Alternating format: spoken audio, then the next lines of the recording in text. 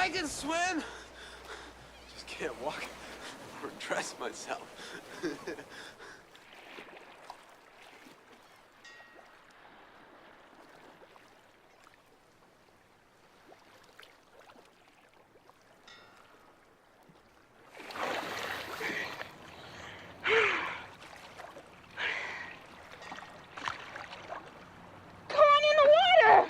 Take it easy.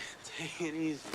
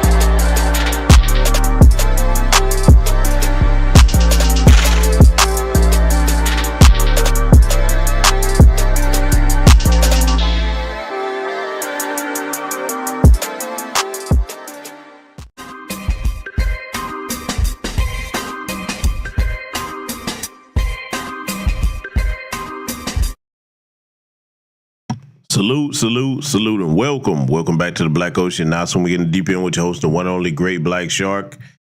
Oh, yes, family. We definitely have to talk about these two cases here tonight because I don't know if all of you have heard about them, but you're going to hear about them here tonight because it's a very, very important subject. It's one that many of us over in New Black Media Space have always been talking about as pertains to the collective of Black America. And it's also yet another tragic reminder of why we need an anti-Black hate crime bill. Well, yes, we definitely going to get into discussing some facts about these two cases here. And first and foremost, I want to say condolences to the family of the two young brothers that lost their lives here, because this happened down here in which would be considered the southern region of the United States. And I want to say this to everybody listening to the broadcast here tonight. First and foremost, I hope everybody's doing well. I hope your families are doing well. But this is the reason why I'm always stressing. Okay, and many of us are always stressing, but definitely, I always stress that you should always practice your Second Amendment rights, always be in close contact with one another and concerned about your family members. Okay, make sure you communicate with each other, letting people know where you are, what's going on at all times. And if you have to be out here on these highways and byways, you need to make sure that you are completely aware of what's going on and where you're traveling to. And see, this is another reason why I'm so adamant on people not giving misinformation about, especially my state down here where we are, because a lot of people pass through and things appear one way. But let me say this to everybody and anybody with a larger platform than mine. I'm talking specifically to those types of people. If you don't live in these particular places down here, you need to be very careful with your commentary on certain things, because you could give out misinformation, and that could be a dangerous thing to people that listen to folks that have larger platforms that may not necessarily know exactly what they're talking about. Because I'm going to tell you now, I've been saying this for years. The state of Georgia, even though it's 2024 going into 2025, this is not a place where everything is in the so-called post-racial society era, okay? That's not the way things are, okay? So just wanted to go ahead and put that out there, and we're going to make sure that we double down on teaching that lesson here tonight, because there's always a lesson in everything, and we're going to get the lesson out of these two stories here tonight that we're going to cover, okay? Not everybody knows the tone of the broadcast. Salute to the good brother of Black Truth United from Cash App. Thank you very much, my brother. Let me scroll up and greet my esteemed guests that's joining us over here in the building, and make sure I see everybody. I see you. I see Black Truth United in here. GB King Harris is in the building. I see Chief X Ali in here. Nightfall Drop, Sister Tanisha Murdoch. I see V Moss be in the building. Let's see. Wraith is in here. Let's see. Make sure I don't miss anybody. Chi Chi Banana. I see you. I see Creative World Films in here. Let's see. I see RY in the building. The Sister Stun Z is in the house. Derek Parker. I see you. Let's see. Make sure I can see everybody. I see the brother Cole Piece 77 in here. Let's see. I see David M. Thornton in here. I see the sister Stolen Answers 1526 in here. Salute to you and your husband. I see the good brother Lee Holmes is joining us. Charles Gibson is in here. And salute and welcome to all of you and everybody will be joining us in attendance here tonight.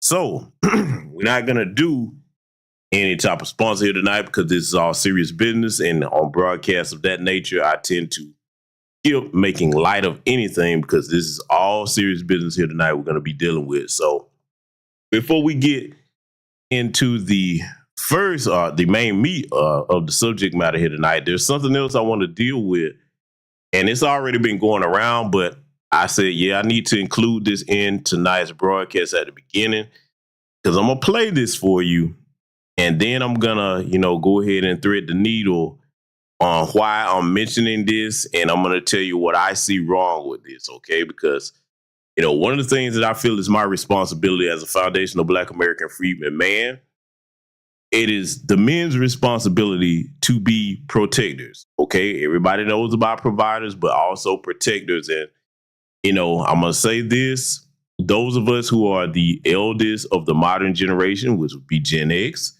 It's up to us to make sure that we set the proper example for millennials and Gen Z and generations after as long as we're here, because one of the things that I worry about today, okay?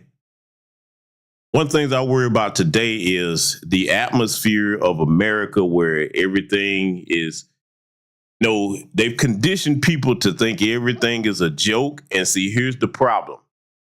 Other races outside of Black America, they have that luxury, especially those classified as white.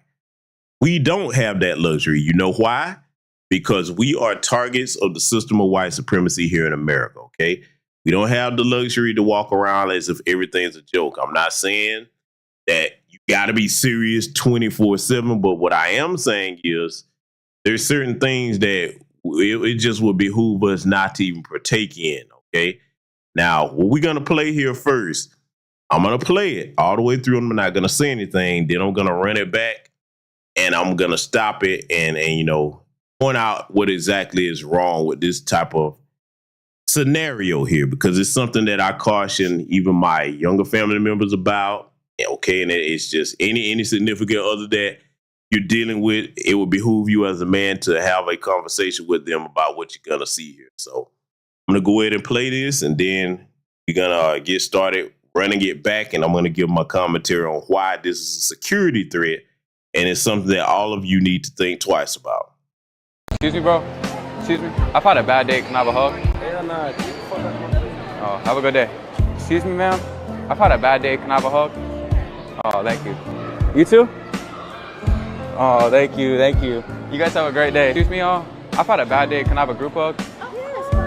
Oh, thank you, guys. Have thank a you. blessed day. You guys have a great day. Thank You too. Have a you. blessed day. Excuse me, bro. I've had a bad day. Can I have a hug? Have a good day. Excuse me, ma'am. I've had a bad day. Can I have a hug?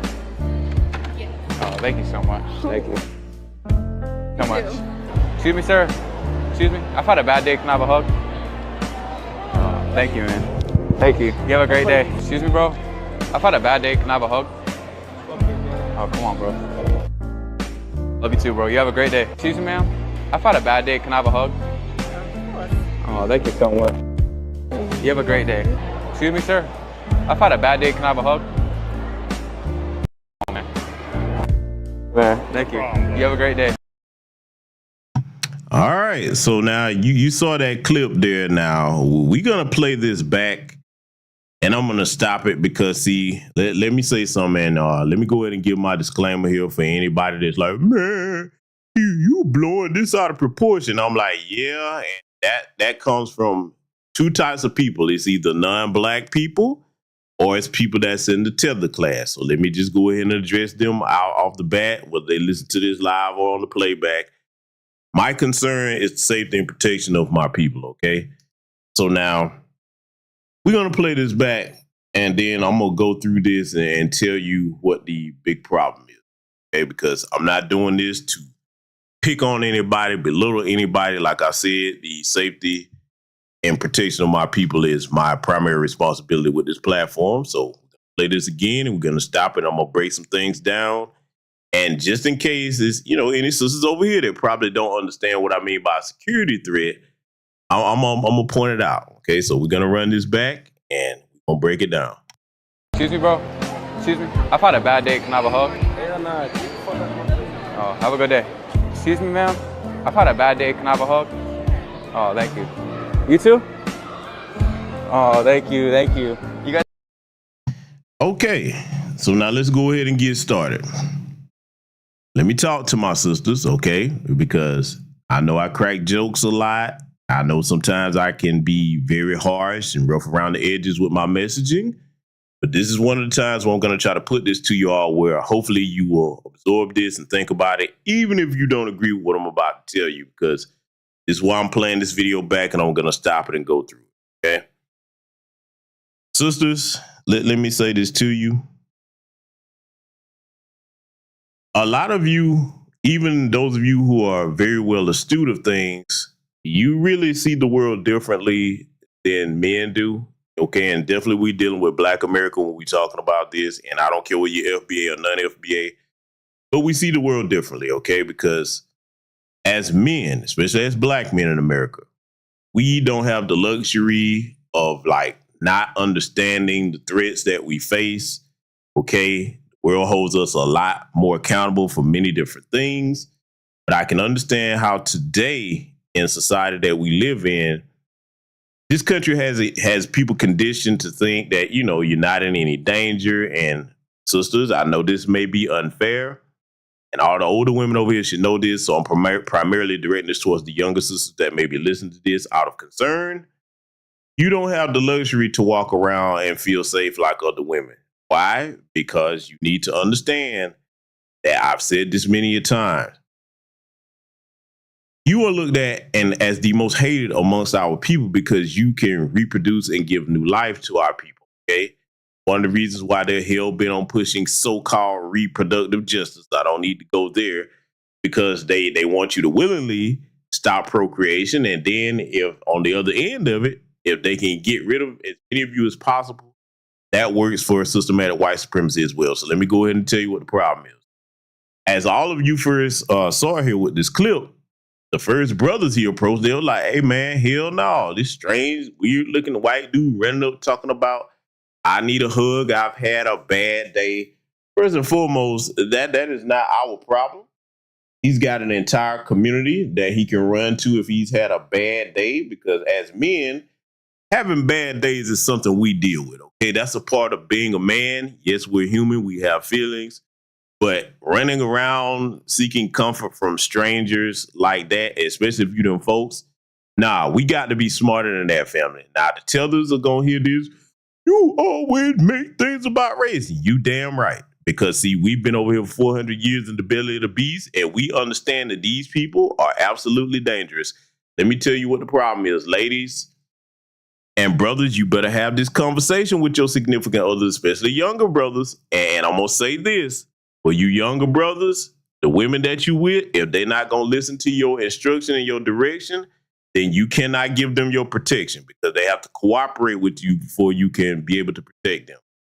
Ladies, let me talk to y'all. And again, talking primarily to the younger sisters. Don't you ever in your life be out somewhere in public and some little goofy white boy or a white woman run up to you talking about getting a hug. Then you go hug them and you let your child do that. Let me tell you what the problem is with this. When you do this and you got your little one with you, at all times when our little ones are in our presence, we are training them, not just with what we tell them to do and what we instruct them to do. They're watching what we do as well. Children mimic adult behavior when we're not around. You're conditioning this child to think it's okay to run up and just hug random white boys. Why am I going here? Because one of the main primary targets in society, unfortunately, are little black children. When these demonic, degenerate freaks, and even though he may not be one, I got to look at what his people have done historically to our people in past and present day. FBI crime statistics show that they are the #1 leaders and doing all types of god-awful things to children, okay? So that's their community to deal with that. But when it comes to mine, this pissed me off beyond measure. I'm going to tell you right now, if I was this child's father and I saw my child's mother doing this, oh, we would have to have a serious conversation. Oh, yes, we would. This is unacceptable, ladies. You don't do this. Now, if you think that I'm reaching with this, just hear me out. As I said, you training this little girl to think that, okay, she's supposed to run up and just hug any one of them. So what if the one she goes up to hug one day is a damn Jeffrey Dahmer? Somebody want to snatch her off somewhere and do God knows what to her. Because we can't act like that doesn't happen to our children in this community, okay, in this country, okay? We can't act like that. So now you notice off the bat, the men were more defensive. I want you to notice the reoccurring theme here in this clip. You're going to see most of the brothers like, hell no. And most of our women, when you see them folks like that, and you know, some of these may be non-FBA women, they may not be. I'm addressing it as the whole, whether they are or they're not, okay? You got to understand something. This is a no-no. You letting your guard down just because a white boy or a white woman come up to you smiling and grinning, that should be the last person that you should consider trusting because, see, let me talk to y'all for a minute. And see, a lot of men won't say it the way I'm about to say it. The problem today is when it comes to protecting, a lot of people bite their tongue. Okay, I'd rather you be pissed off at me and do my God-given job than sit here and bite my tongue on this. Women, you have a natural flaw in you to be overly compassionate, and all somebody has to do is tug at your heartstring. Oh, I had a bad day. Can I get a hug? You don't know what was on this psycho's mind. You don't know. Because, see, I get it. He was doing it for content. Some people still may think I'm reaching with this. No. Hey, fuck that. My people are always under threat here, and it's definitely going to tie into what we're going to discuss here later. So, gonna let the rest of this play, and I'm gonna continue to point out what the issue is. Let's have a great day. Excuse me, y'all. I've had a bad day. Can I have a group hug? Yes. Thank you, guys. Have Thank a you. blessed day. You guys have a great day. Thank You too. Have a you. blessed day. Excuse me, bro. Now, okay. See, again, the sisters, they running up there smiling, grinning, talking about having a blessed day. Let me give you some real scenarios, ladies. And I'm not trying to scare you. I'm just talking for real because everything that I say has happened to our women. Okay, our women are the ones that go missing the most. Nobody really puts out an effort to try to find y'all. Who's to say that this clown wasn't doing that and he's working with somebody out there in the parking lot, to snatch you up and you let your guard down? Now, I know a lot of y'all saying, well, they're in a public place, he recording. And again, I'm looking at it from the worst case scenario. What if there was an ulterior motive? Huh? You got to be careful when you engage in these people. Look, you can be compassionate and kind and say, well, listen, God bless you. You can pray about it. But no, baby, I can't. I don't do no hugging like that, okay?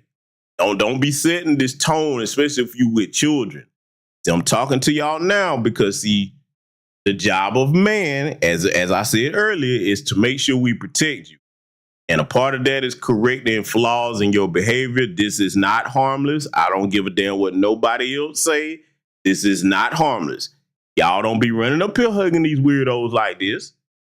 Let him go hug his own people. Hey, it's some folks over there you can go hug. You can be curt with them and tell them that. Again, I want y'all to watch the reaction of the brothers up here. I've had a bad day. Can I have a hug? Have a good day. Excuse me, ma'am. I've had a bad day. Can I have a hug? Yes. Thank you so much. Thank you. So much. Excuse me, sir. Excuse me. I've had a bad day. Can I have a hug? Thank you, man. Thank you. You have a great day. Excuse me, bro. I've had a bad day. Can I have a hug? Oh, come on, bro. Love you too, bro. You have a great day. Excuse me, ma'am. I've had a bad day. Can I have a hug? Oh, thank you so much. You have a great day. I'm gonna be honest with you, man. That makes my blood boil, and people can call me hateful or whatever. I don't care. I will wear that title because, see, I'm gonna point something else out. Family, don't you know that a lot of times these white supremacist extremists, and if you don't believe me, I'll prove it to you because I stay monitoring them all the time in their little online rat holes. Don't you know they'll plan stuff like this to just see what the temperature is? Okay, let's go ahead and see how easy it will be to catch these black people off guard. I get it. A lot of people ain't gonna like me saying this, but I have to do it. And see, you sisters, you got to tighten up on this. In other words, I know that hearing me say it is one thing, but you need to have these conversations with your homegirls, especially the younger black women. Let them know, hey, y'all, look, if you got some dude up here playing this game, there could be other things behind that, okay? You don't play this game. This is not harmless. This is not harmless. Let him hug his own people, okay? Because, see, watch this. If this was a black person in a predominantly white area running up talking about having a bad day, do you think they'll be running up to hug you? Get out of this thing where you think you owe your precious compassion to everybody outside of our group. You say that for our own people. You want to give somebody a hug, give another black person a hug. We need all the love we can get in America today, okay? I just want to make sure I point it out. Let's let it wrap up. Excuse me, sir. I've had a bad day. Can I have a hug? Come on, man. Man, thank you. You have a great day. All right. So now there you have it. Like I said, I had to take the time to run through that because, I didn't really see many other people pointing out the things that I would have said about it. And I'm always a big believer of if you saw it, then it's your job to go ahead and point those things out. I'm the guy that's willing to go where other people won't go because they're afraid to say certain things. It is what it is. At the end of the day, if I know something or I see something, it's my job to do that, to do the best of I can to relay the message to my people, okay? My conscience is clear after that. So I'm going to say this again. Let me ask the audience in here. Is there anyone in my chat room, male or female, that does not understand why I took the time to explain that to you? Because if you don't get it, and I'm not being facetious, I'm not going to bite your head off. If you don't understand why I said that, I want y'all to make that known in the chat room. We can have this conversation, okay? Is there anybody that doesn't understand why I took the time to go through that? Can everybody hear me loud and clear first and foremost also? Let me know, because I want to make sure, especially if you're a younger sister listening to this, all right, talk to me and let me know. I'm talking primarily to the women, okay? Is there any sister in here that does not understand why I took the time to run through that and point that out? And the other question I have is, ladies, do you see the difference now? And how women think on average in public about danger, okay? Because I get it. In a modern society where everything, all the lights are on and, there's people around and everything is relatively safe, I understand why your guard is somewhat lax, but you have to remember, you Black in America. It is not the same for you. I know that's not fair. I know that's not that everybody likes for people to say, but that is the truth, okay? So I'm saying, does everybody understand it? I'm talking about the younger sisters in particular, all right? I hope all the older sisters get it, all right? So, whatever the situation that was going on with him, let his community deal with that. They not going out their way to comfort or console us like that, okay? I promise you they're not. We don't owe them any compassion. We don't. He was fine. He's healthy. Look, I'm going to tell you something. You want to give him counsel? Be like, hey, well, listen, you need to turn to the Lord, okay? Get your prayer on or what have you. Whatever you're dealing with, you still got your health. You can still give counsel to somebody without doing that, okay? Nah. Don't be in the habit of running up here having these people hug on you. And again, I got to reiterate this and double down on it. Don't listen to nothing else I said about that. You don't do that with no young baby. Okay, because see, let me go here where this really going to make the alabaster people mad. I'm going to say this. I'm not going to apologize for it. Not one of you alabaster demons is worthy to be anywhere near a sacred, precious Black child. You're not.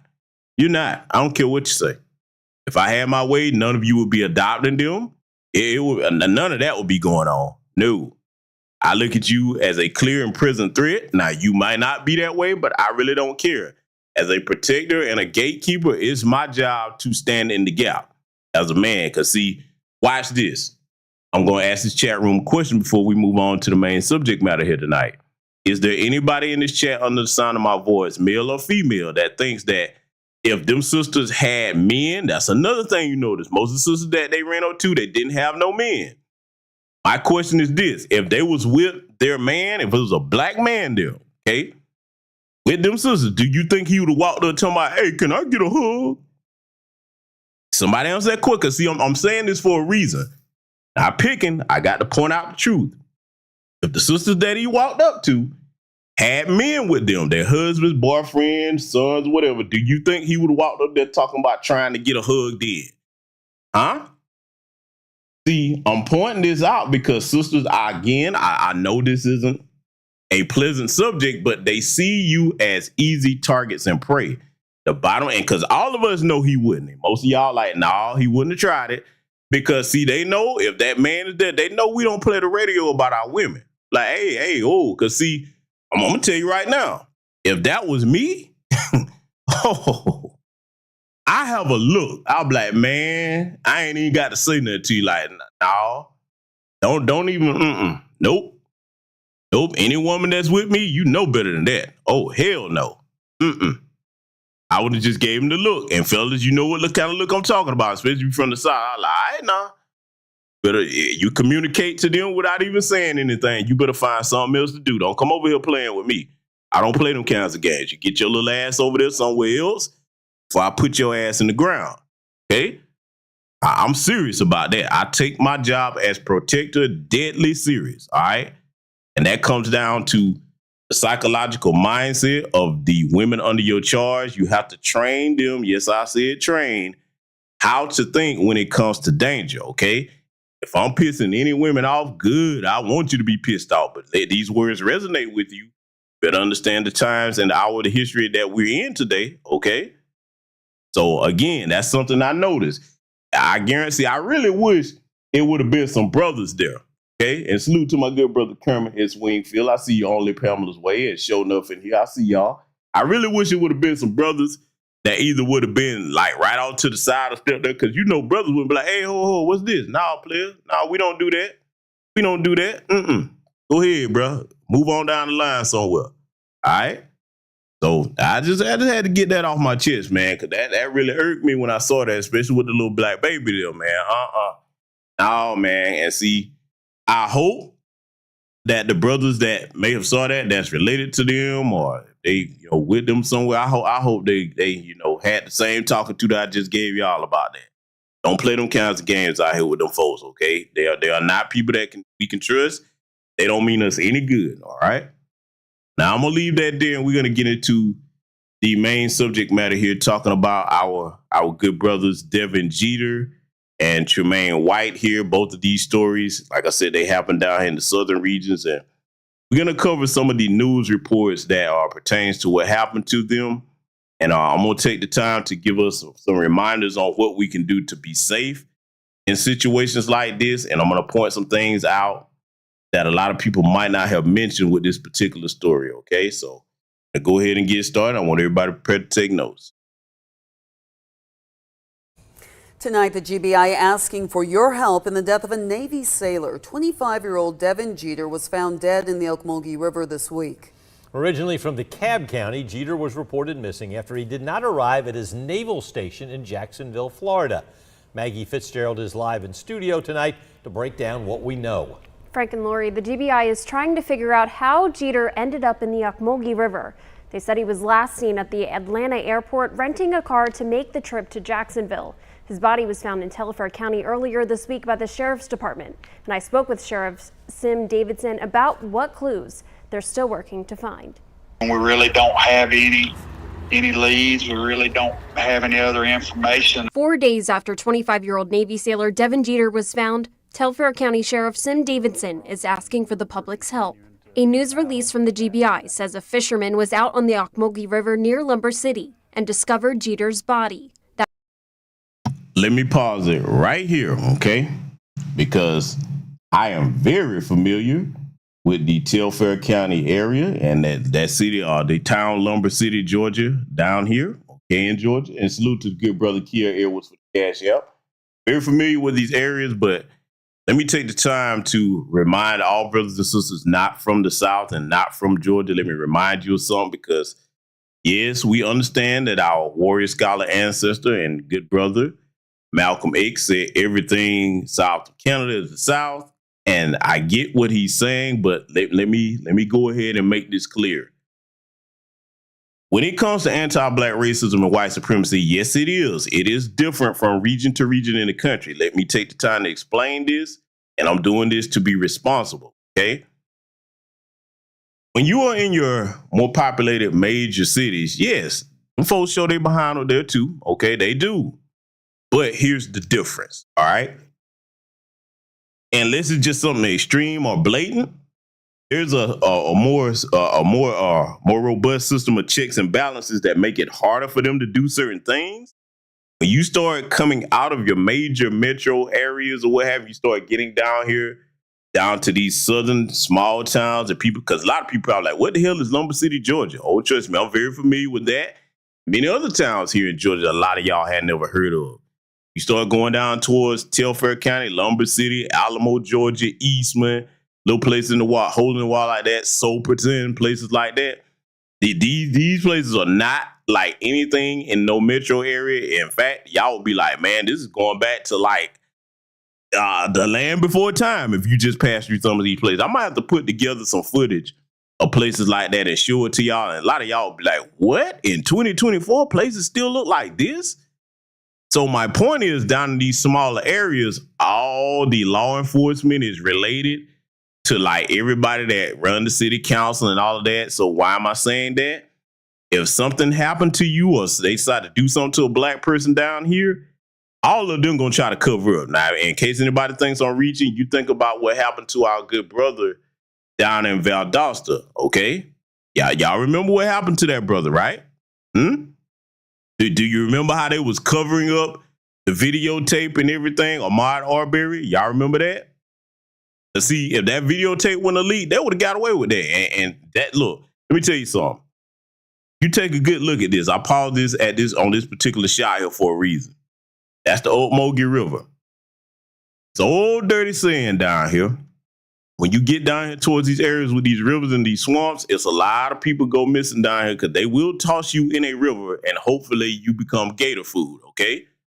Get down towards, Waycross, Georgia, Valdosta, places like that, certain little central Georgia areas like that. Yes, they will catch you. If they catch you slipping, that's exactly what they'll do after they harm you or kill you. Take you out in the woods somewhere and throw you out there. See, I have to be graphic with this because, see, there's a lot of people that's not from here that they don't think stuff like that still happens. They be thinking like towards the 50s and the 40s when things like that happen. No, that still goes on today, which is why, in case any of you are like, well, why does brother always sound so serious when he on his broadcast and he talking about stuff? Because down here in the South, being on code is a matter of life and death, literally. That's why I don't play about no other groups using the N-word around me. Most people down here in Georgia don't. That's why I was so serious showing you that video clip right there, because, see, our mindset is different down here. Yes, what throws a lot of people off when they come down towards central Georgia areas, okay, outside of these major cities like Atlanta and so on and so forth, what will catch you off guard is a lot of you will say, well, GBS, I've been down here. The white folks was cordial towards me. I didn't have no issues or problems. Everybody seemed to treat me nice. Yes, there'll be some of the most polite white people you will ever see down here. But see, let me tell you something. Don't let that fool you, because these hardcore rednecks down here is very well defined, because they know it can go from 0 to 60 at any moment in time down here. Rules are very clearly defined. For the most part, yeah, they'll be cordial with you in your face. But if they ever catch one of you off to the side down here, they will not hesitate to do something to you. And see, let me say something else I've said for the longest. People keep looking at organizations like the KKK and a lot of these white supremacy groups like that's a thing of the past. Let me tell you something right now. In Georgia, no, they are still here. They don't wear the same hoods and sheets and all of that. Their uniforms are a lot different, okay? I've shown y'all what their modern day uniforms look like over here, all right? All you have to do is just check one of my previous broadcasts if you want to see that, okay?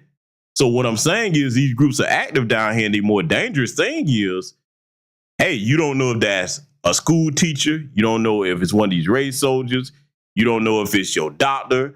You don't know if it's look, they are everywhere down here. You understand? And they'll sit there and grin in your face and laugh. And see, it's not a bunch of old people either. That's another thing that people make the misconception on. They tend to think that all the white supremacists are a bunch of old 67-year-old men. No, nothing could be further from the truth. The next generation of white supremacists are alive and well down here, okay? They are. So I want y'all to pay attention to this news report, and we're going to discuss some things that the brother could have done different because, he was from DeKalb, okay, up in Atlanta. He probably never really used to going through places like that. Let me tell you something right now, okay? And I want everybody that's not from here to listen, especially when it comes to my state, because I know my state from top to bottom. I don't care what nobody else who give themselves all kinds of titles and just pass through here all the time, and they don't really live here. They ain't got no family here. I do, okay? Listen to me when I tell you this. If you are from out of state, or if you're from another metro area or northern Georgia, you have never really been out to these middle Georgia or southern Georgia areas, let me give you some advice, and you better take this with you if you don't take nothing else from me. When you coming through these places, you need to let your family know. If you stopping through these towns or what have you, to refuel or what have you, you need to let them know. Hopefully, use the buddy system. Bring somebody with you. And if you do have to go by yourself, hey, man, keep them power tools on you. Keep them ready and accessible.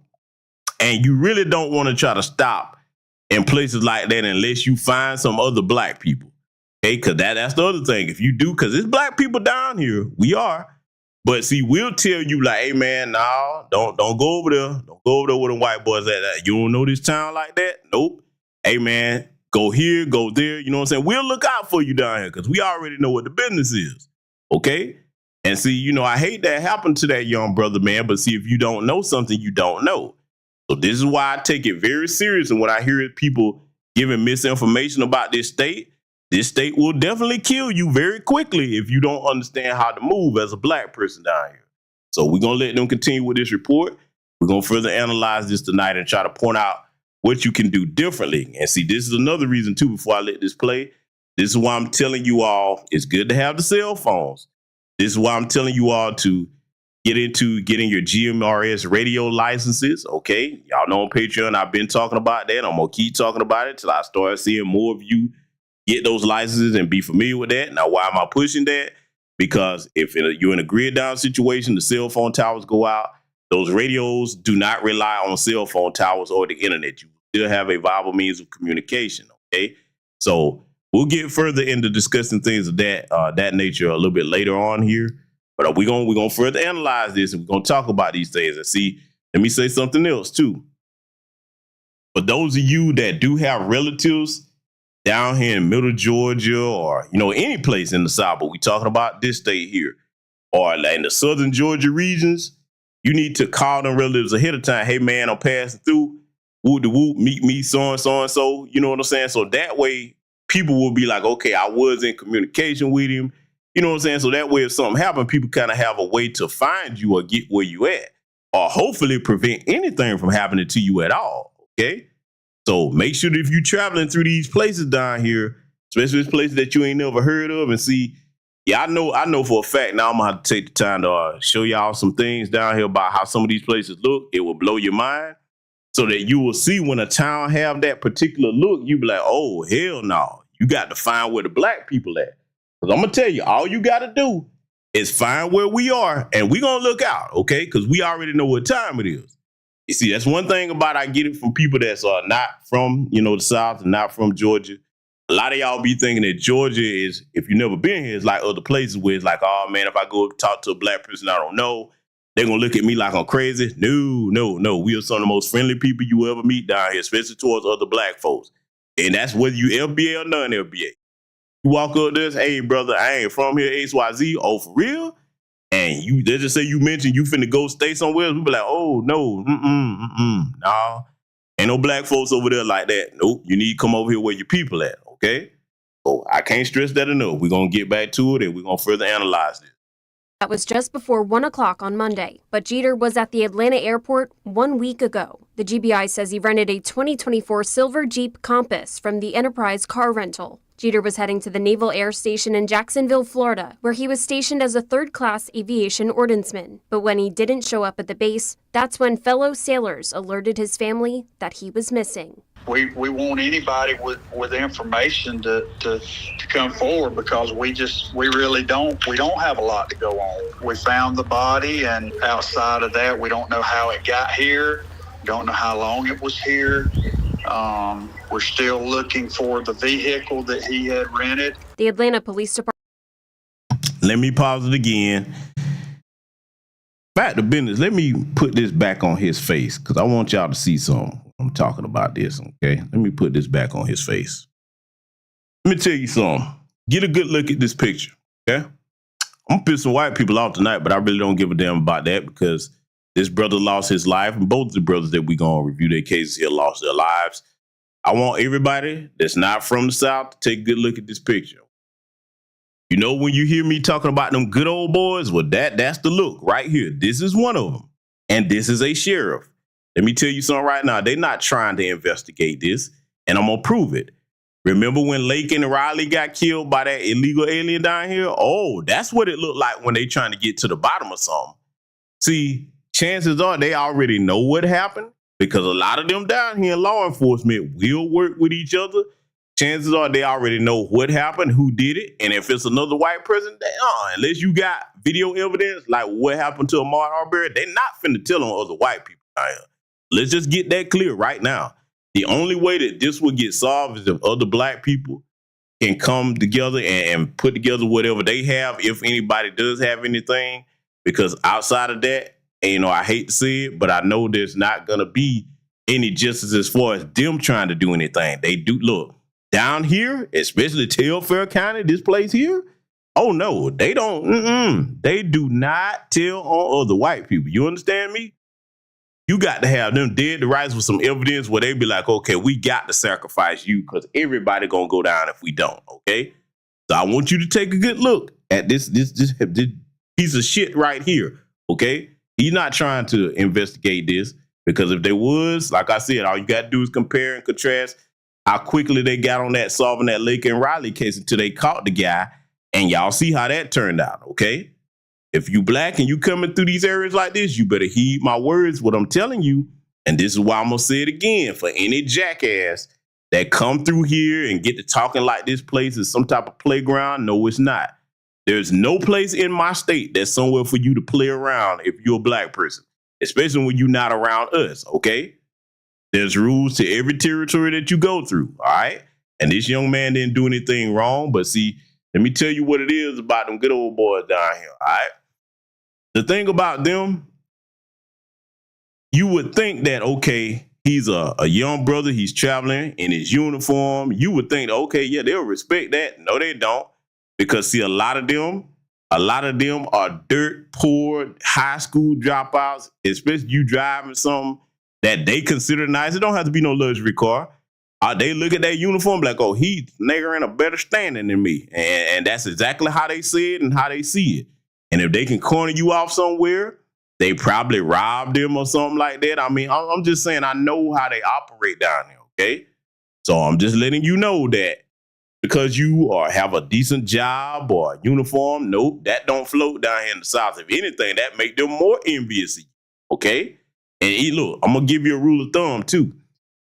Even if you with other black folks, you know how they always want to run up to you and try to find out what you're doing. This is why I don't really talk to them like that. But, you can hear the envy in their voice. Oh, what do you do for a living? Because the first thing they're like, look at this Negro. You look clean. You riding clean. You look professional. You well-spoken. Yeah, let me try to get in your business. Nah, that's envy or hatred. That's not admiration. A lot of black people tend to think that that's admiration when them folks coming up to you talking like that. Not here in the South, okay? Let it continue. That he had rented. The Atlanta Police Department was investigating before the Telfair County Sheriff's Department took over, but they soon requested the GBI's help. Anything, just like the GBI said in the statement, nothing, no piece of information is too small. And the GBI is urging anyone who may have seen Jeter or that silver Jeep Compass between Atlanta and Lumber City to come forward. That car has Florida plates with the license number EWA G47. Back to you. All right, thanks, Maggie. You can contact the GBI's regional office in East Bend with information at 478-374-6988. You can also share tips anonymously on the GBI's tip line at 1-800-597-TIPS. This morning, the family. Now, for those that don't know what the GBI is, that's the Georgia Bureau of Investigation. And the city Eastman, Georgia, that's another little town down here that y'all be like, man, what the hell is this? Especially those of you that are used to living in major metro areas, because see, a lot of times when people think Georgia, they just think Atlanta. They think all of Georgia is like that. No, sir. No, ma'am. No, it is not. You get outside the city of Atlanta and you start going South and middle Georgia region like that. Oh no, it is a different ball game. Okay. Now, for example, if you get outside of Atlanta and you go down south, your next major city that you would come across would be Macon, then Warner Robins. Start getting towards Dublin, Georgia, and get on out of there and heading down. Oh man. Yeah, once you leave the city of Dublin, Georgia, and you start going down further south, you finna see some stuff like, what in the hell is this? You hear me? It's not quite West Virginia, but it's close. You understand? And like I said, it's black folks down here, but see, here's the thing, man. If you coming from out of town, and this is something else that you have to watch it. See, this is why I'm hell on sisters not running around by themselves without, male protection or making sure that you practicing your Second Amendment rights and being in close communication with people during the duration of your trip. All right, I'm the guy that get on your nerves and be on you about that if you're a woman, because I don't care. I'd rather you be mad and safe than not say anything and then you wind up missing. Let me tell you something. These folks from down here, they can spot when you're not from around here, just like any place, okay? So you kind of want to avoid kind of, looking like you lost or anything like that. Like I said, man, I can't stress this enough. For my people, non-FBA as well, if you come down here and you're not familiar with this place, talk to us. Black people going to help you out, okay? We going to make sure you get where you're going. Hell, we'll even guide you to where you're going if you don't know. See, that's how we are down here. It's not like in other places where people just so busy, they don't want to deal with you or not going, you know what I'm saying, like acknowledge you. Now, we don't ride like that down here. We really do look out for our people down here, no matter where you from. This is why you hear me going so hard in the paint about people coming down here being disrespectful towards us. Because, man, look, we hold the line down here, all right? I see the brother Showno said, why is it so hard for folks for other reasons to comprehend that we really know what's going on in our community till it's included? Well, brother, because see, they don't understand that the South is different. Now, you hear a lot of people like, oh, racism is the same everywhere. I'm like, yeah, if you hadn't lived in these little small towns where everybody related like that and they close-knit, then they really not used to how it would be. For example, if some people were to come down to some of these little hole-in-the-wall towns like I just mentioned, and they stayed for a good 6 months to a year, they will be used to like, oh, well, so-and-so going on. Well, you just go and report this and tell it. And then, most people are like, man, that ain't going to do nothing down here. Who you going to tell? They all related to one another. So if you're not working with other black people to solve the problem, it ain't going to get solved. See, this is one of the places down here, believe it or not, down in Georgia, in these areas like this, even in Atlanta, where if you ain't working with other black people, man, you're going to have a hard time, okay? So if you coming from another area where y'all just used to kind of being standoffish or, you know what I'm saying, you just kind of got an uppity attitude about yourself, you ain't going to make it like that down here, okay? That's one of the main things I try to tell people that come to this state from other areas. I say, listen, this is not where you from. Either you need to follow the lead or the people that know what we're talking about down here. Because see, a lot of them, it's a culture shock to them. And then what'll throw them off is if they are in other cities, for example, let's say like outside of Atlanta, Macon, Georgia, very industrialized, Warner Robins, very industrialized. They see that and then they kind of forget that, hey, man, no, you down here in the dirty South. That title ain't just something you hear in a song. We call it the dirty South for a reason, okay? So I can't impress that upon you enough. Just remember what I said. If you're coming through here, you need some help, find any black person. All you got to do is holler at us, man. We going to look out for you. Let it continue.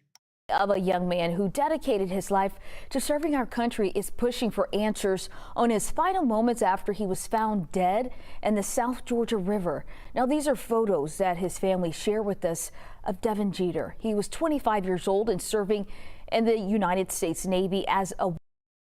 But I'm going to tell you, this pissed me off, man. This pissed me off so bad I have to compose myself because I can relate to this being a young man, okay, in the Navy and everything. He trying to, make a life for himself, man, was probably proud to be in the United States Navy, okay, probably had a bright future ahead of himself, 25 years old. And see, everybody that's been listening to my platform, you know that one of the things that piss me off the most is anything happens to our young people and they don't even at least make it to my age.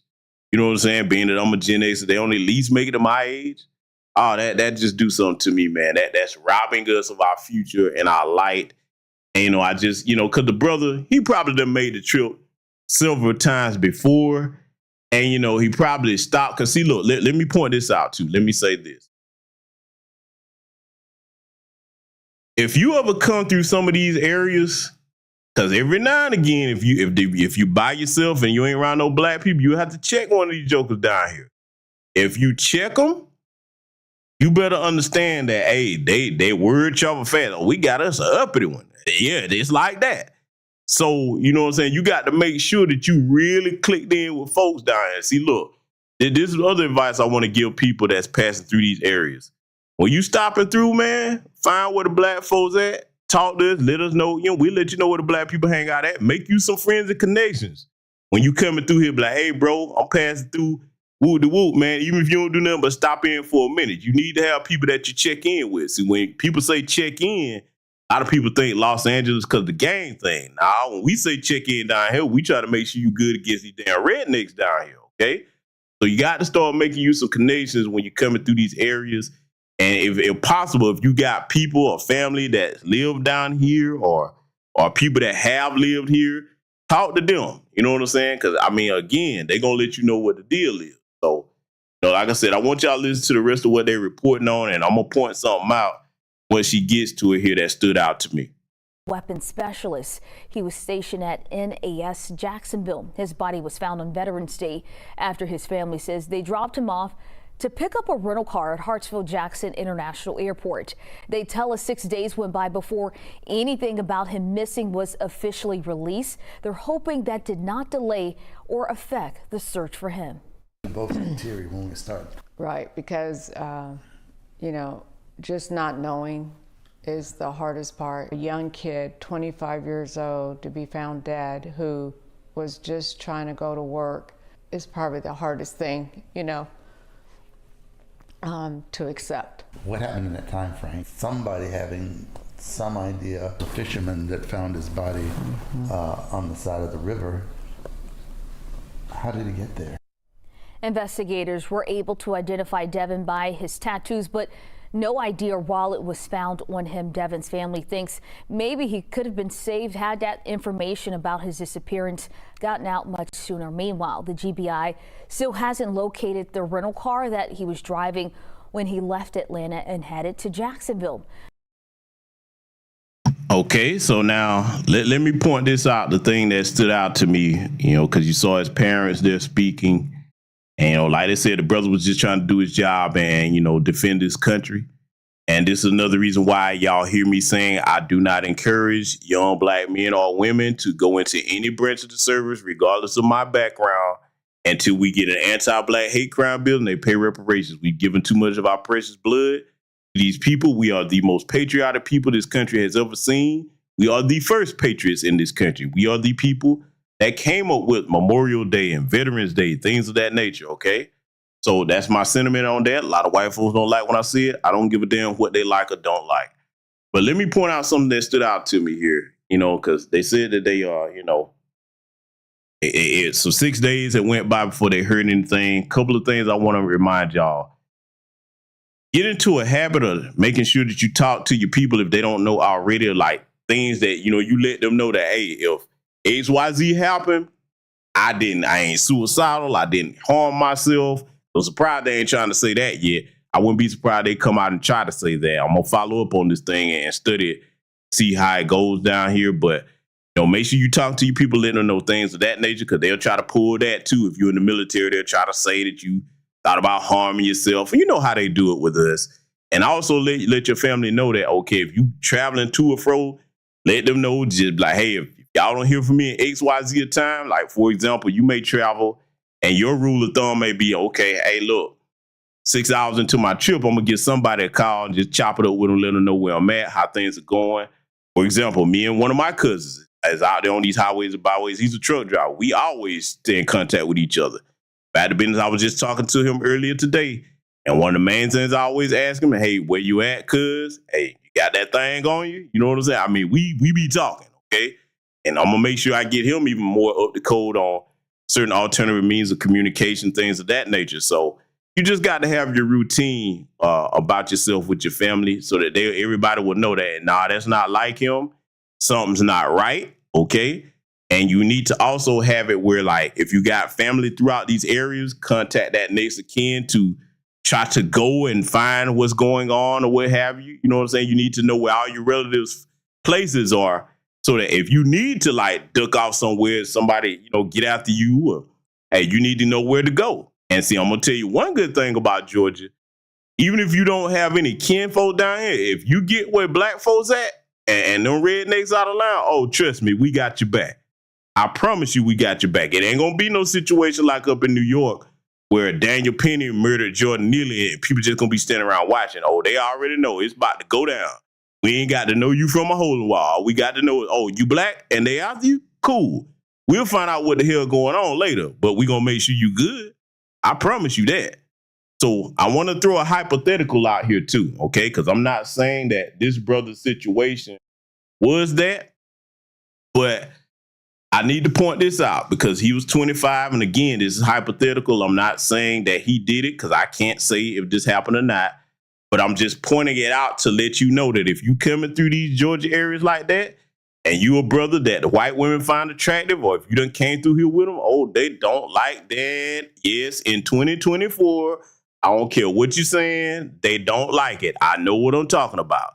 Yeah, we got interracial couples down here, but you better understand that when the white women do that, you know what they call her? He's a damn mud shark. I'm telling you, they don't like that. That is one thing that, look, that white girl that you're dealing with, she might be the nicest, sweetest, kindest thing you ever met. She might not have an anti-black racist bone in her body, but her people don't give a damn about that.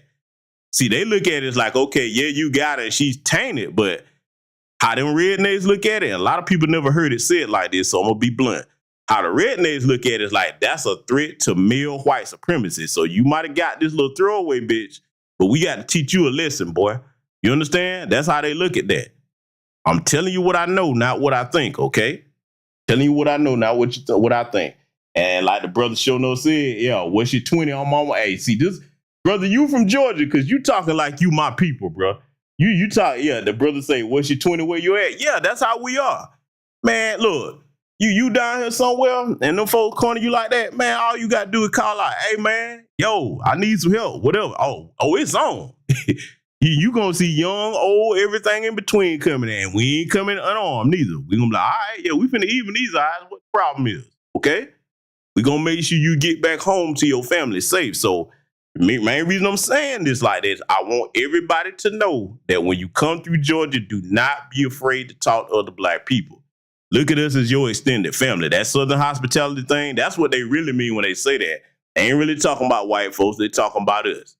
They talking about us, okay? And that's whether you LBA or non-LBA. And see, I got to say this too. This is one reason why for the majority, you don't really have too many non-LBA people talking crazy down here that's black. Because they kind of get it. See, I'll tell you why, too. This state here in particular and other states in the South, this is one that'll let you know real quick.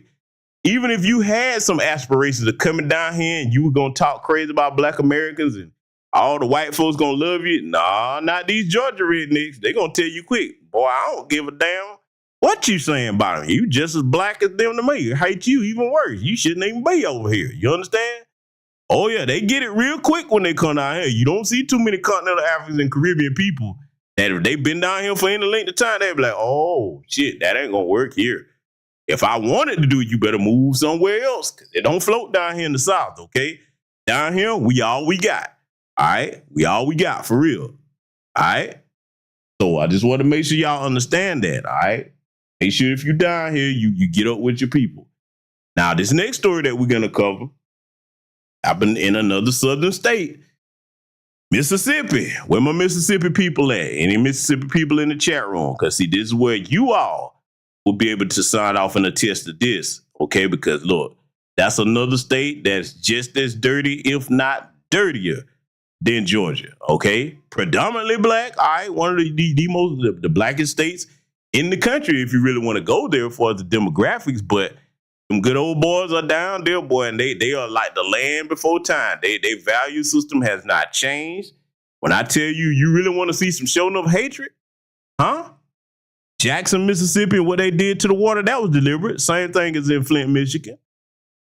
You better believe that down here, as far as black people in these southern states surviving, that's something that it ain't for lack of trying that they've been trying to eradicate us. It is but for the grace of God and us that have sense enough to be on code one another that we survive. See, if you don't learn about being on code nowhere else in the country, when you come out to these southern states, oh, you're going to get a crash course in it then. Because, look, let me tell you something, and I'm not saying this to mock anything.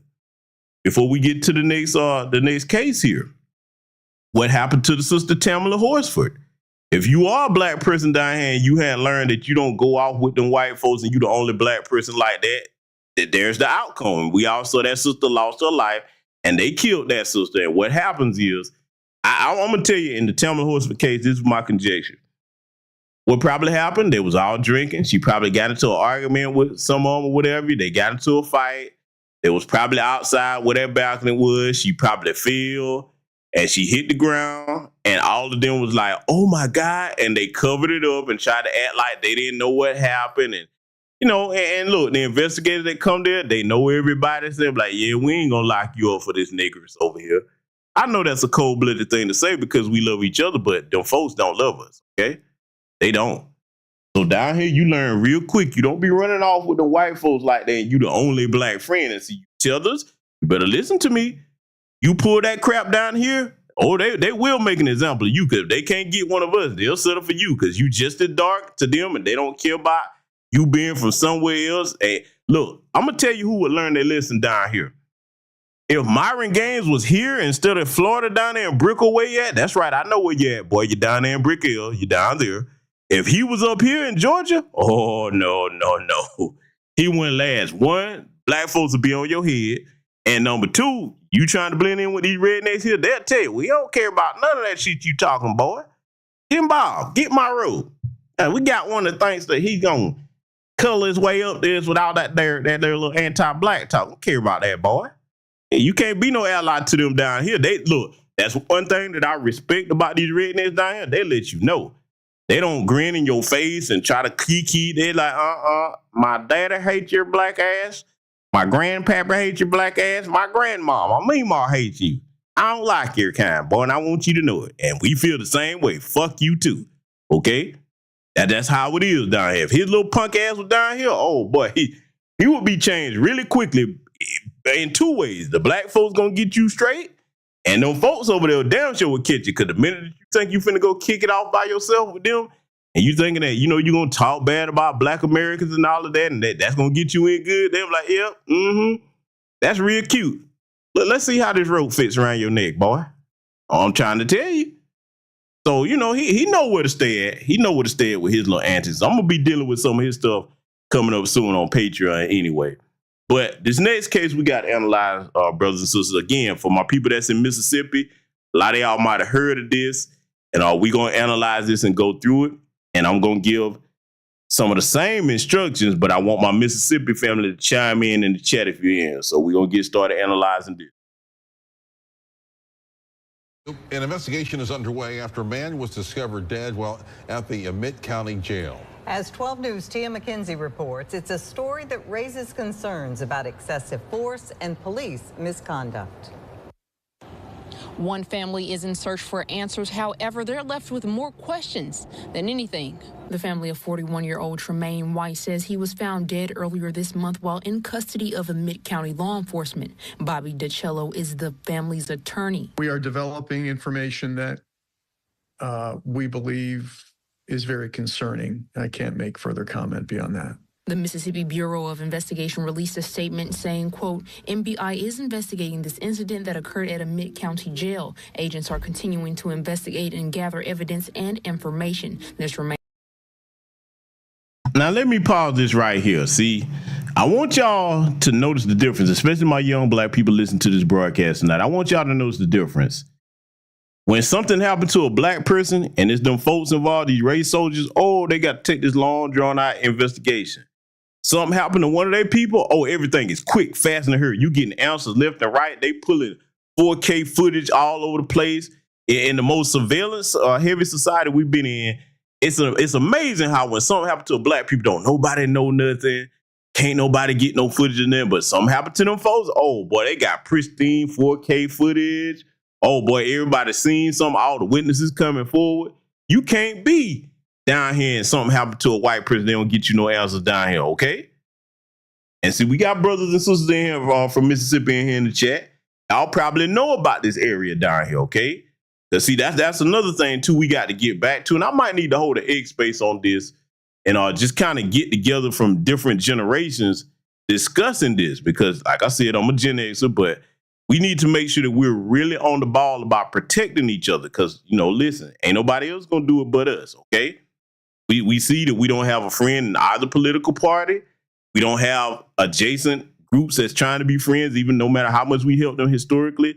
The wise and immortal elder Dr. John Henry Clark has told us we have no friends. He wasn't saying that to be cute or hyperbolic. He knew what he was talking about from his years of experience, and his words ring true today, okay? I just wanted to point that out. Like I said, they don't have no answers when something happened to us, but something happened to them, or they got all the footage and all the answers. Let it continue.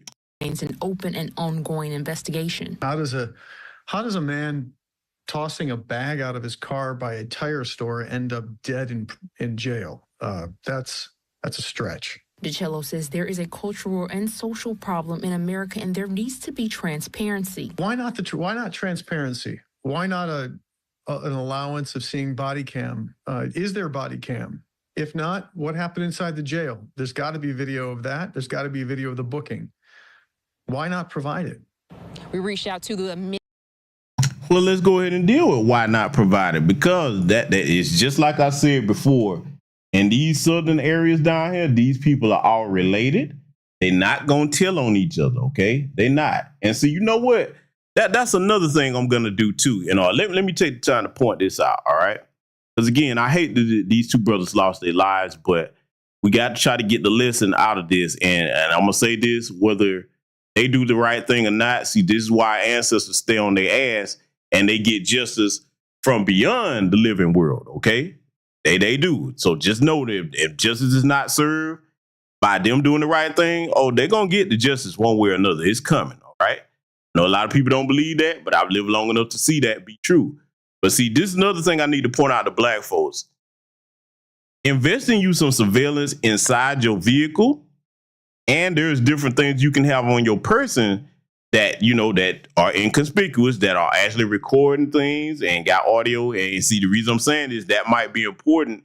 If heaven forbid something happened to you, your family know, okay, they don't know about the cameras in this brother or sister car, but we do, and we know where to look. You see what I'm saying? That could be something that could give people a clue into getting justice for you, okay?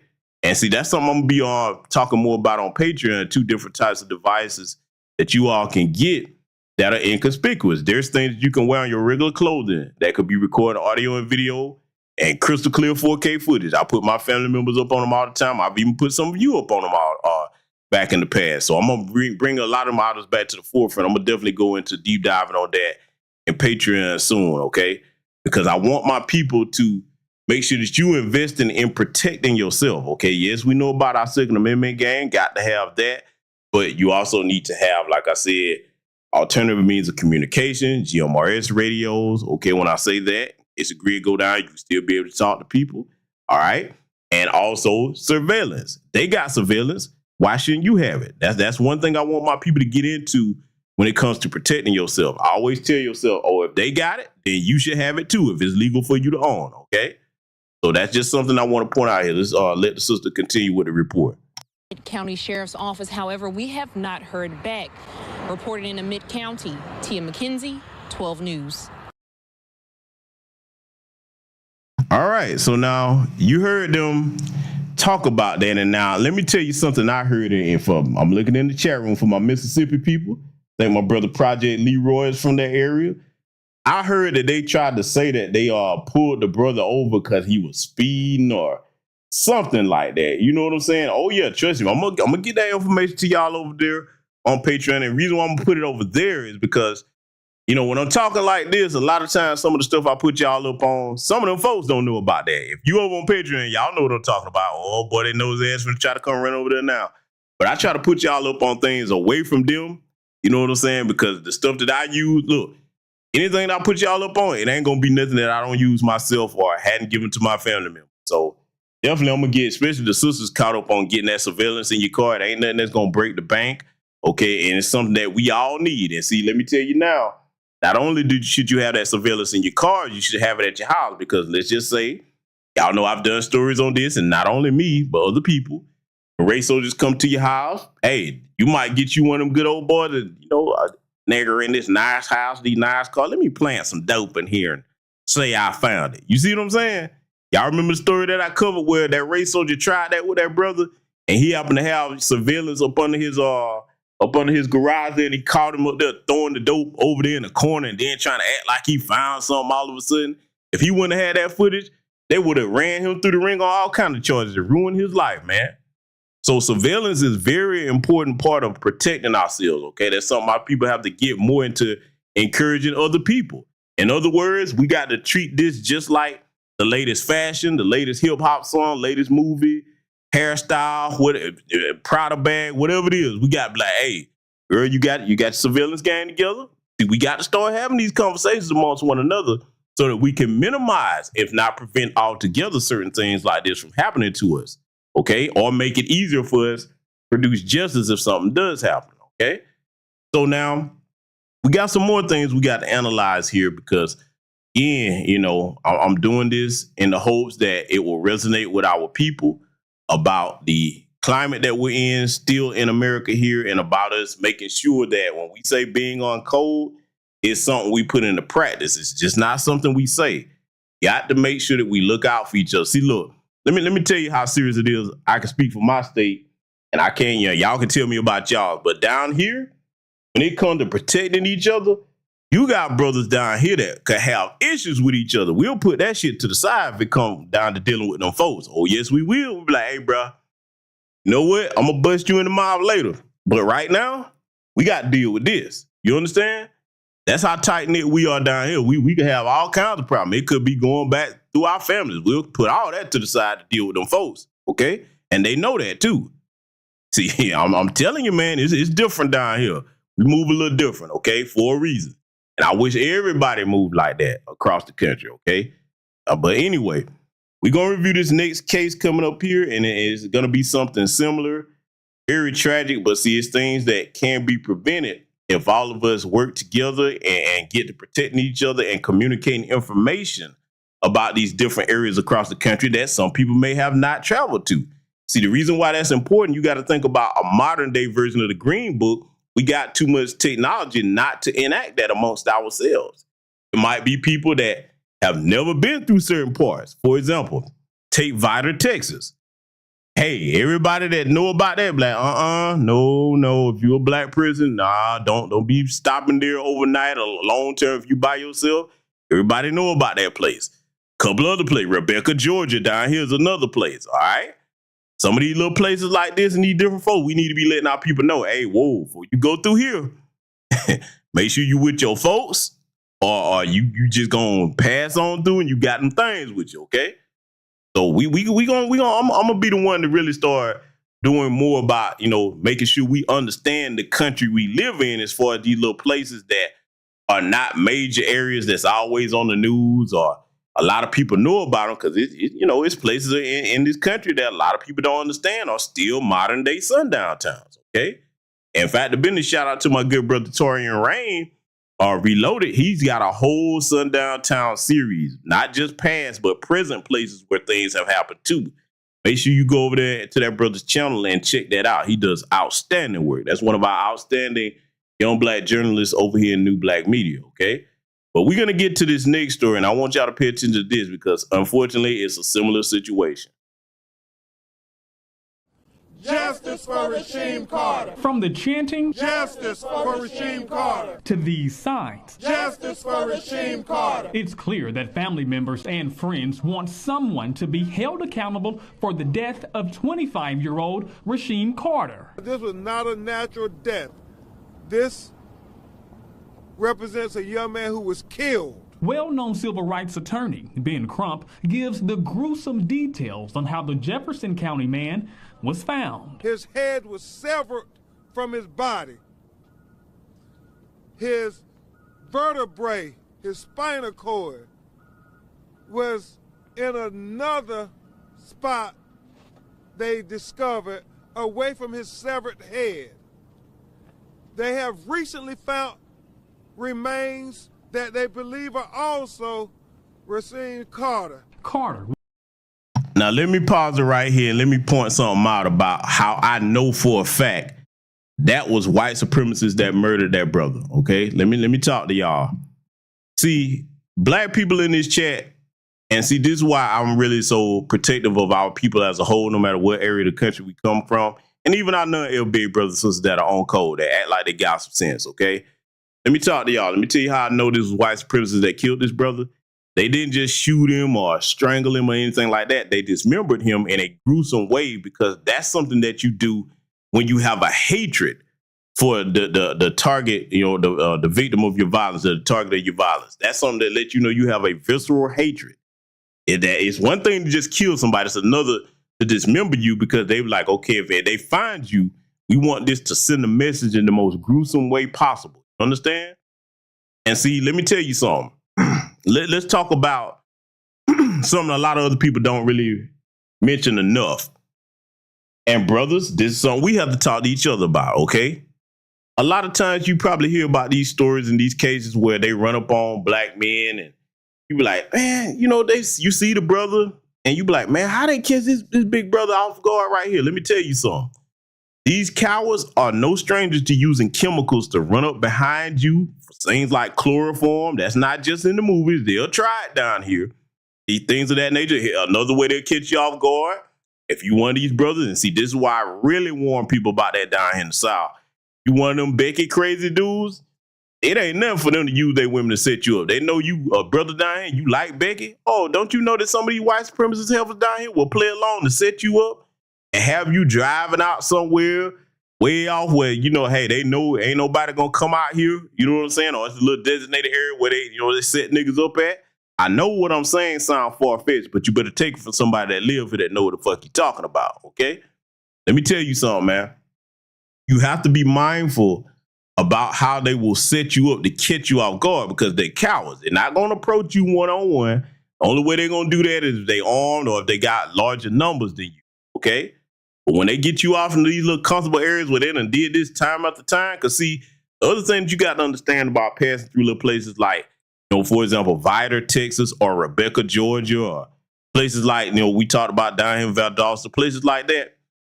You got to understand that it's areas down here that if you just take a look at them, they tell a story within in themselves, if you know what I'm saying. Think back to the song Strange Fruit. What you think that song was about for those of you that are not familiar with that? Y'all know what the strange fruit they was talking about was. It was talking about our ancestors being lynched and hanging from trees that bear strange fruit. Okay? It's places down here where these folks, man, they done got away with so much stuff down here. It's places where you better not go by yourself unless you armed or you got numbers with you, okay? That's the main thing that deter them. You got numbers with you, oh, they're going to be like, nah, because they already know what time it is. They have to go head up with us down here. They know how that's going to go 9 times out of 10, all right? So I just want to take the time to point that out to y'all. The way this brother was killed here, where Benjamin Crump was explaining that, they did that to send a message because, look, when we talk about evil, see, when you get into it with another black person, yeah, we'll call each other names. If it get really bad, we may come to blows, but we don't think about, on average, doing that kind of stuff to one another. Nah. At the end of the day, you be like, hey, man, listen, unless that brother really did me or my family some egregious harm, he got a father and a mother he need to go back home to. We get into it, we trade some blows, at least you live to fight another day. That's not how these people see us. They don't see us as human at all. You understand? And I keep saying that because you have to get that through to the younger people because a lot of them keep thinking, oh, that was back then. You know what I'm saying? That's a long time ago. It ain't like that because this is the most integrated society we've ever seen that they've been in. But as responsible black parents, okay, for those of us that are black parents, okay, for those of you that are, we have to make sure that we're responsible in reminding our progeny, hey, man, you are hated just because you exist. And when somebody hates you just because you exist, they'll do these types of things to you. Let it continue. Was last seen outside a Super 8 hotel at the beginning of October in Laurel, which is half an hour from where he had been contracted to work in Taylorsville at Georgia Pacific. Remains believed to be his were found on November 2nd. Those close to Carter say he was being threatened by people he knew. He was dutifully and gainfully employed, just trying to make a living for his young child, and ends up dead, chased by what we believe to be white supremacists, a lynch mob. In fact, that's exactly what it was. Because, see, again, let me reiterate this. You take it back to the times past of our ancestors there. If you look at a lot of those pictures of lynchings, you often notice that the brother or sister, they were very well dressed. A lot of brothers were in suits. A lot of sisters were in what you could relate to like church clothes. Those were black business owners. They were killing them because they couldn't compete with them as far as business, or they felt there was a threat. So for the people that, into the respectability politics, oh, you need to dress this way, dress that way. Let me tell you something. It don't matter whether you got on a suit and tie or baggy pants and a hoodie or whatever you wearing. Somebody that wants you exterminated, they don't give a damn about what you wearing. The problem ain't your clothes. It's you existing. That's the problem. So when you're a gainfully employed black person down here, you be thinking, okay, man, I'm just trying to go to work, take care of my family. Nah, you existing. The whole point is for you not to survive with a true to the dyed-in-the-wool white supremacist, especially down here, okay? Especially down here.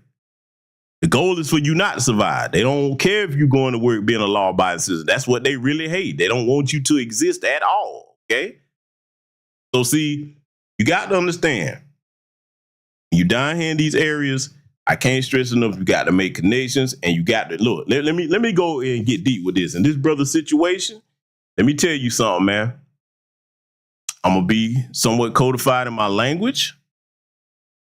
In your vehicle, especially as a man, brother, and sisters too, especially sisters. But when you moving about in your vehicle, you need to always have that candy boy in there. And when I say that, I don't mean a small candy boy. Oh, no, you need something that if you have to put your hand on the candy boy, you be like, yeah, I'm going to give somebody some cavities, okay? It's something where like, hey, I ain't going to run off no road or nothing like that. If I have to stop and get busy with it, I'm going to make you change your mind, okay? And all you have to do is just look on this channel, look on my Patreon. I got all types of things as far as assorted types of candy bars that you can get, okay? We'll say that. All kinds of nice treats. We'll go there, all right? You want to make sure you prepare. Be the person that you rather have it and not need it than need it and not have it, okay? And see, here's another thing, too. Let me give you some professional advice from a retired combat veteran. If you are in a situation where, let's just say, them folks trying to mob you on the road like that, this is where your communication comes in at. You need to be letting people know, hey, man, I'm over here on so-and-so. Look like them folks, man, trying to run up on me, XYZ. You need to start communicating with people. Don't look at it like, oh, man, they tripping. But that's something that a lot of the young people will do, I know. They be thinking, like, for example, remember the young brother that down there in, I think it was Florida, right after the hurricane passed, he was walking in his neighborhood, and all the white supremacists started grouping up behind him. And, you could tell the brother was kind of nervous, but he wasn't really, you know what I'm saying? He was kind of laughing like, oh, man, they tripping, this, that, the third. No, young black men and women, no, they not tripping. They trying to kill you, okay? And you have to be able to think defensive-minded in a situation like that. Go ahead and get your back up on the way, okay? Look, there's drills that you should run with your family about what you do in a protocol situation. As far as your protocol, what is going to be in that situation. If you need, to get from A to B and you need to communicate effectively and letting people know where you at, what landmarks are around you, the streets, okay, everything, all right? Let them know. See, that's something we do all the time. So, when it comes to responding to something like that, yeah, boy, if we have to come, there's one of our family members or another person in the community, yeah, when we show we going to help you out. We're going to put it where you can understand that you're not going to just do anything to our people. We have to be protective of each other like that, and we don't need nobody's permission to be protective of one another. We have a God-given right to exist healthy as law-abiding citizens and take care of our families and protect each other. Let's let it continue. Carter's mother, Tiffany Carter, says he even let her know about it during one of his last text messages to her right before he went missing. He said, me and the owner of this company not seeing eye to eye, mama. His name, which I can't say at this time, but if anything happened to me, he's responsible for it. I'm too smart, mama. He got these guys wanting to kill me. But they say what. Now, let me talk to y'all, man. Let me tell you something, man, that a lot of y'all, especially those of you that have fathers or grandfathers, you probably have heard what I'm about to say. When it comes to a job, if you see that type of anti-black racism and hostility going on, especially in these southern areas like this, you can get you another job. You can't get another life. You came there looking for a job, you can leave looking for one. Don't let no job keep you in a place like that, especially if you feel like your life is in danger. You don't keep going back to that situation. I get it. Everybody need to make a living, and you can find another job. You can. See, that's another thing down here too. While you hear like my good brother Tariq Nasheed and others over here, we always talking about black business, this, that, and the third. We'll get you jobs, okay? That's another thing too. As far as new black media, if you can't contact nobody else, and there's other people that you can contact, but hey, if you know people that need jobs or what have you, we'll get you hooked up with some type of employment. We got a black business network out here. In fact, the business, shout out to my brother Sincere Love the Guy. That's one of the things his channel specializes in is black businesses that are looking for employees. So that way you can work with us and you ain't got to worry about nobody trying to threaten you, because here's the thing. You be thinking that with all that stuff that the white supremacists talk about us being lazy and pulling ourselves up by our bootstraps. So the average person, especially that's, a younger person, might think, okay, well, if I just go and work hard and try to do my job, hey, they ain't gonna really bother me that much. No, that pull yourself by your bootstraps, you lazy stuff. First of all, they know it's not true, and then here's the thing that catches a lot of young people off guard. If you do apply yourself and overachieve and outperform them, like most of us do on a level playing field, that makes them resent you, okay? All that makes them resent you, especially if you're a straight black man too. Oh man, hell no. And see, this brother situation here, like he was telling his mama, he talking about they threatening him. If something happened to him, no. See, you don't put yourself back in that situation. See, if that, I'm gonna put myself in his relative shoes. Had that been one of my cousins, or right now one of my cousins called me and tell me that's the situation, my whole family gonna be like, hey, no, you don't go back to that job. We'll get you something else to do. We'll employ you here in the family, but you're not gonna go back down there, because now if something happened to you, all us riding. Okay, we ain't trying to hit shit. You do something to one of ours, we coming. We coming. That's been the tradition in our family back to our grandfathers and great grandfathers on both sides of my family. You touch one of the youngest, we coming at you now. We coming as a unit. I'm just saying, we don't play about ours down here. So if you got a situation like that and you know it is that hostile, y'all come together as a family and do what you need to do. Get your other family members some more employment that's safe. You don't, because they run these things down here. And when they do something to people, they can get away with it. Because like I said, they all related, but all cover for each other. So you don't never want to be in a situation like this. And I hate this brother lost his life this way.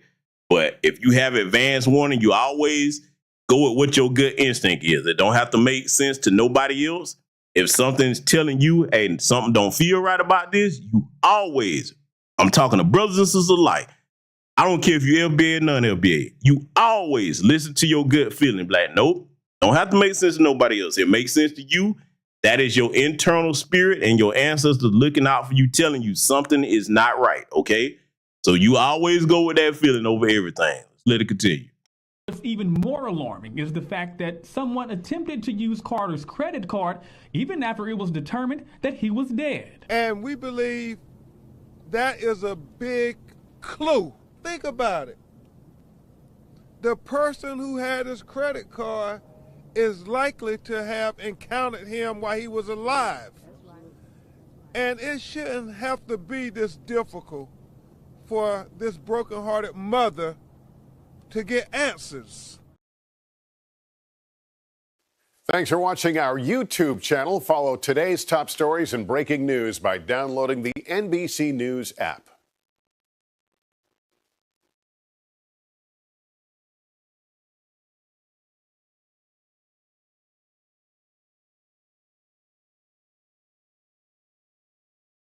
So now, let me point something out about that, okay? And apologies for that little advertisement there for NBC, because here NBC ain't really trying to look out for no black folks. So apologies for leaving that in there. But listen, let me point something out about what Benjamin Crump was saying about their brother's mother there.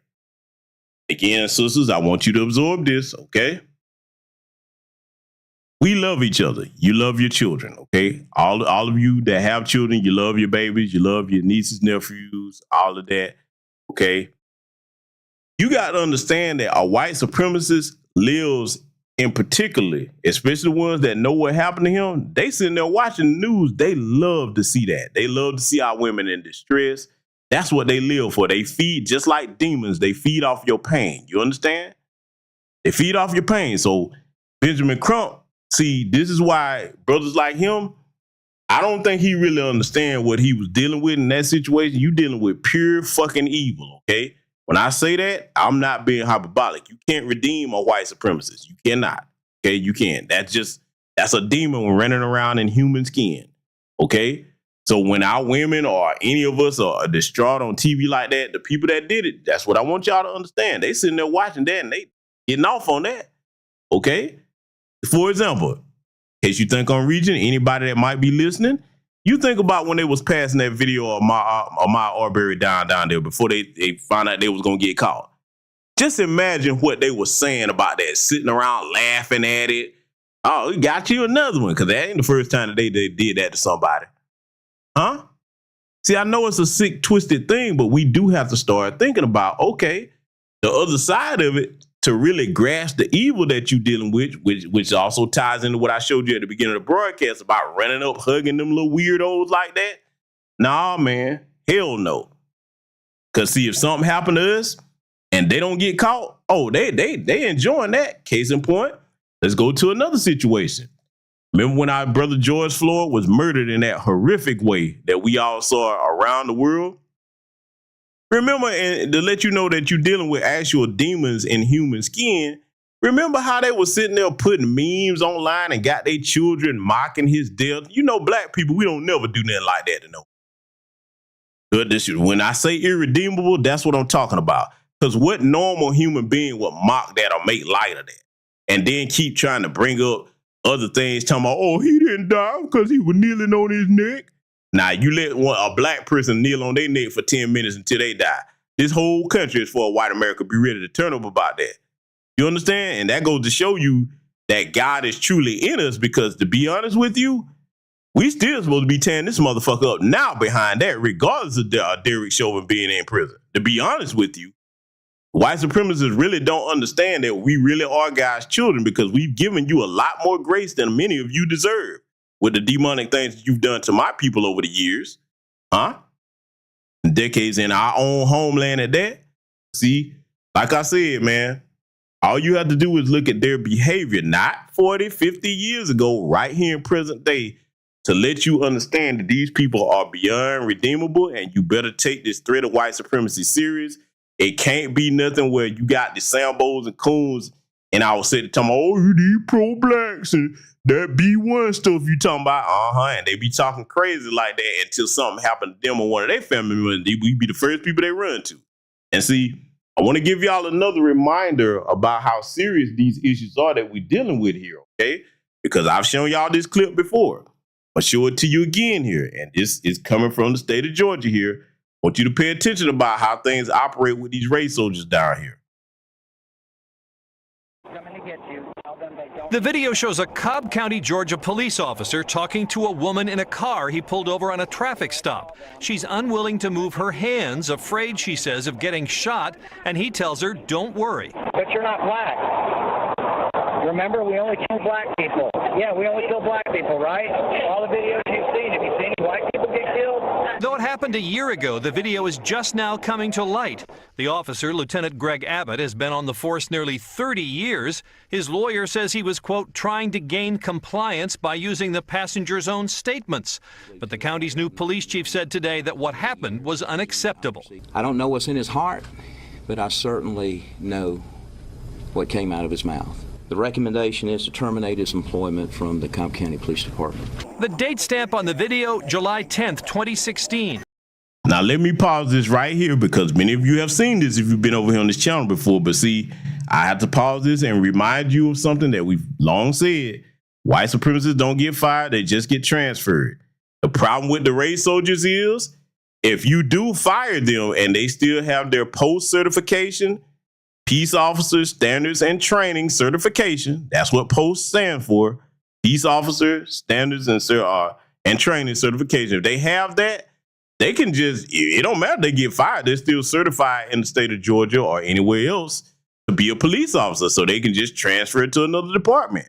So when a lot of people are like, well, they fired them. No, that don't mean nothing. They'll just pop back up in the next county or the next city over and get the same job and start hunting down more black people, okay? See, that's something, see, I try to share that type of information that I know about with you all because a lot of people are not aware of that. Look that up for yourselves in case you didn't know what that or why they always just get hired so quick. I'm going to put this in the chat, okay, so that you all will look this up for yourself. That's Peace Officer Standards and Training, okay? It's a certification that all police officers, correctional officers, and people get. Look up posts so you understand that. That's something right there that everybody's talking about qualified immunity. Okay, if they don't get rid of qualified immunity, when something happens, if they get so many infractions, we need to have our black legal class. Lord knows they just non-existent when we need them. But we need to have our black legal class and professionals leading the charge on saying, hey, look, we need to make sure that if you get caught with so many infractions, especially against black folks, that your Peace Officer Standard Training certification is permanently revoked. So you revoke that certification, they cannot practice in law enforcement. You understand? So it's more than one way to skin a cat besides that qualified immunity, because hell, okay, you're going to keep your qualified immunity? Well, we got to snatch that post certification from you. All right? So see, I'm all about solutions over here. But I just wanted to point that part out to let y'all know that when you hear fire, especially you're a younger black person, that doesn't mean that that's the end of them. Nope. They will go and get hired somewhere else as long as they still got that certification. Let's let it continue. Stay with me. Just 4 days after cell phone video went viral showing the moments after a white policeman killed a black driver, Philando Castile, in Minnesota. As shocking as the Georgia video is, remember, we only kill black people. Leaders of the black community in the county say the chief's decisive action is reassuring. We have hope here in Cobb that we have a chief and leadership that is serious about bringing this department to be one of the better ones in the nation. The police chief says the community and his own officers expected an appropriate response. Pete Williams, NBC News, Washington. And that old Negro looking like a damn bald head catfish at the end, he makes me sick because that's not taking it serious. No. Don't sit there and just have him fired. No, you need charges and you need to make sure that his certification is permanently revoked, okay? See, let me say something about old Sambos like that last Negro that was talking there. This is why I have such a venomous hatred for his type, because they don't care nothing about themselves, care nothing about the young people. They only care about themselves. One of the duties and requirements for you to actually be deemed an elder, because that's an earned honorable title, is that you look out for the younger generation that's going to be the future coming up behind you. And it is our responsibility to protect them, okay? And if you're going to protect them, you can't do it by being no damn coward. He taking this seriously. Man, the hell with that. He telling that white woman, we only kill black people, and you think just firing him is justice enough? And he running around out here on the streets like the fucking savage that he is? Hell no. Revoke his peace certification, and he needs to be brought up on charges, and he need to be doing prison time. That would be justice for that, okay? So, family, I think I've made my point with the message over here in this broadcast tonight. Please do really consider everything that I talked about over here tonight, and I will definitely be putting y'all up on that information. And fact of business, hey, if you're not on my Patreon, if you hit me up in the inbox, Instagram, Twitter, whatever, I will give you this information, okay? As far as like what you need as far as surveillance in your vehicles, on your person, making sure you got the right type of candy bars and assorted flavors, okay? To make sure that if you have to, put some cavities in some things, okay? And you have what you need to do that. Because see, our protection is our responsibility. We can't count on anybody else other than us to do that, okay? So again, I want to say condolences to all the family members here that lost their loved ones here tonight. As heartbreaking as it is for us to review these types of things, we also have to teach the lessons out of them and try to do everything we can to make sure they get justice. And see, let me say this too. I would be remiss if I didn't say this in closing.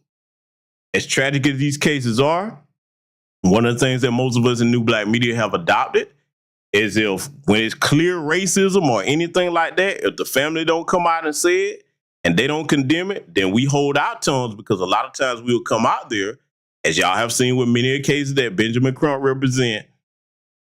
And, we'll go out there and be raising all kinds of hell. Then they'll come out there and get to forgiving and hugging everybody just to get a check. Let me say this. If I had children, and even though I don't, You do something to any of my blood kin, I don't care what the situation is. A check can't console me. Everybody, all of us can't be bought. You better hear me when I say that to you white supremacists, because I know you're listening. We love our families just like you love yours. Some of us willing to crash all the way out about our family. You understand?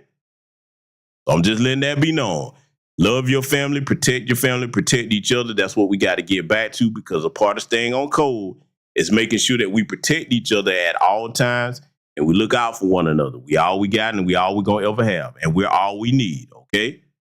So with that said, salute to y'all. Salute everybody that contributed to the broadcast. I want you to remember these words, and I will see you all in future content.